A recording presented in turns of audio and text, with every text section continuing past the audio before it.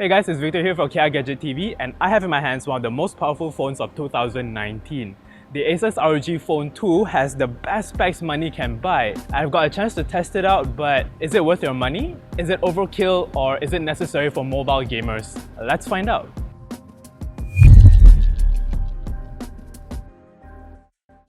First, let's talk size. The ROG Phone 2 is a little bigger than its predecessor, measuring at 6.59 inches, but at first glance it doesn't look all that different bar a few changes here and there.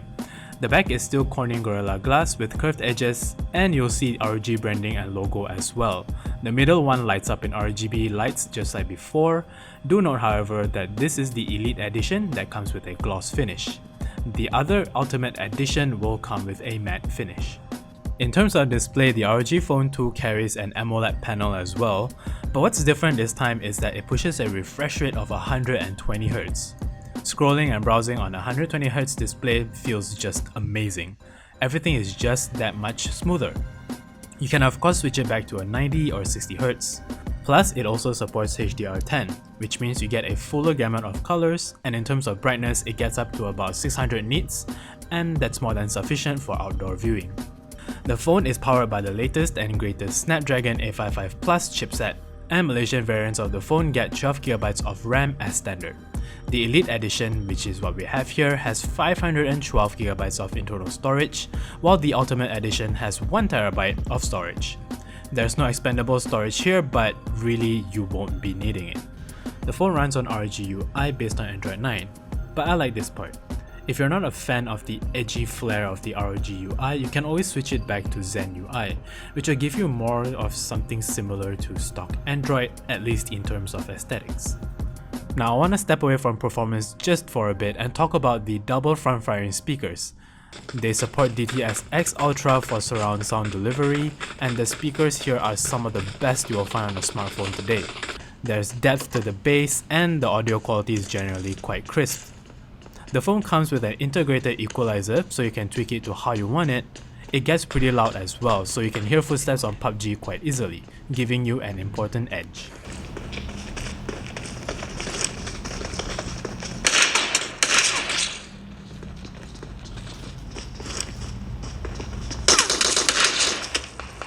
With the most powerful chipset on the market, here's how the ROG Phone 2 stacks up.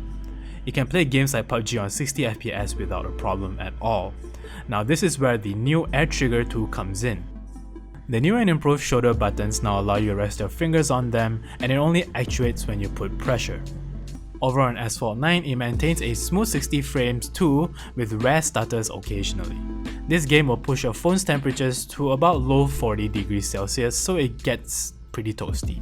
With the 120Hz display that this phone has, you can of course play 120fps enabled games, one of which is Final Fantasy XV Pocket Edition. Running around the map is fine in terms of frame rates, but during battles it drops a little to about 100 frames per second, which is still pretty impressive.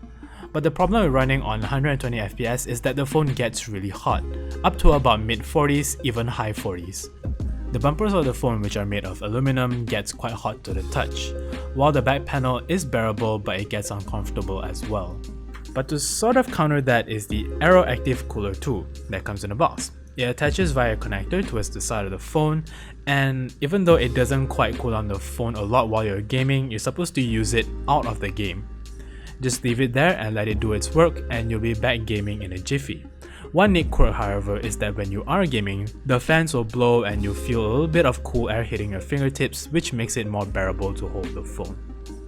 We ran Antutu benchmarks just for the heck of it, and we're comparing the ROG phone with the Xiaomi Mi 9, which has a Snapdragon 855 chipset and 6GB of RAM. The ROG scores a whopping 50,000 points higher than the Xiaomi Mi 9. So the Snapdragon 855 Plus is obviously much more powerful.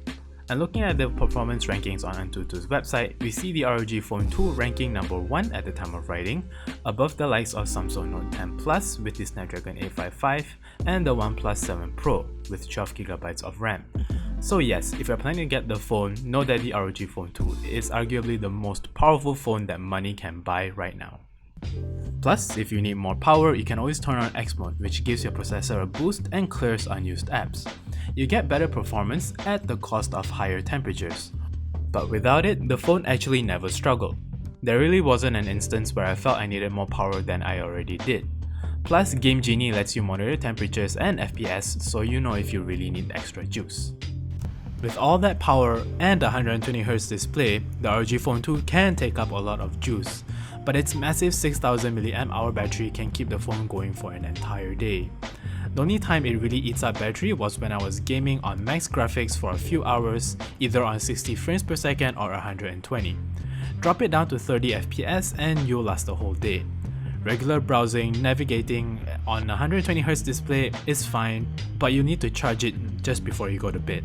The ROG Phone 2 comes with a 30W hypercharge adapter that can fill up your battery from 10% to full in about 1.5 hours, expected for a battery this huge. Lastly, we move on to cameras. Despite being a gaming smartphone, the dual lens here is actually pretty decent. The main 48MP lens does well if you feed it a lot of light. Meanwhile, at night, there's some noise but negligible. Night mode on the phone does well to brighten up the pictures as well. You also find a 13MP ultra-wide camera, and interestingly, warping around the edges isn't very obvious. One problem with the cameras, however, is that I notice shutter lag occasionally, especially during low light situations. But I doubt the core target really cares a lot about photography anyways. And mediocrity carries over to the front-facing 24MP camera as well. Not that it's bad, it's just nothing special.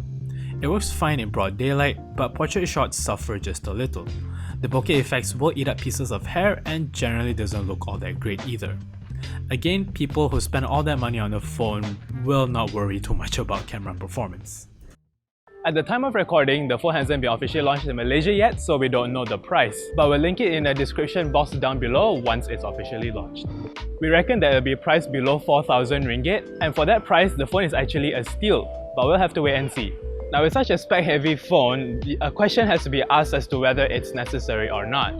Now, my answer to that is whether or not a Mercedes is necessary. It's not, but people still buy it because they can and they like it. It's a luxury, and like most mobile phones, so is the ROG Phone 2.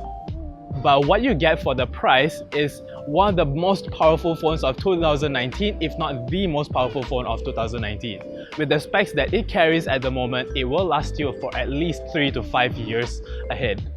Alright, so that's it for the ROG Phone 2 review. Let us know what you think about the phone in the comments down below. Remember to like and subscribe. Stay tuned for more videos to come. This is Victor signing off. Bye-bye.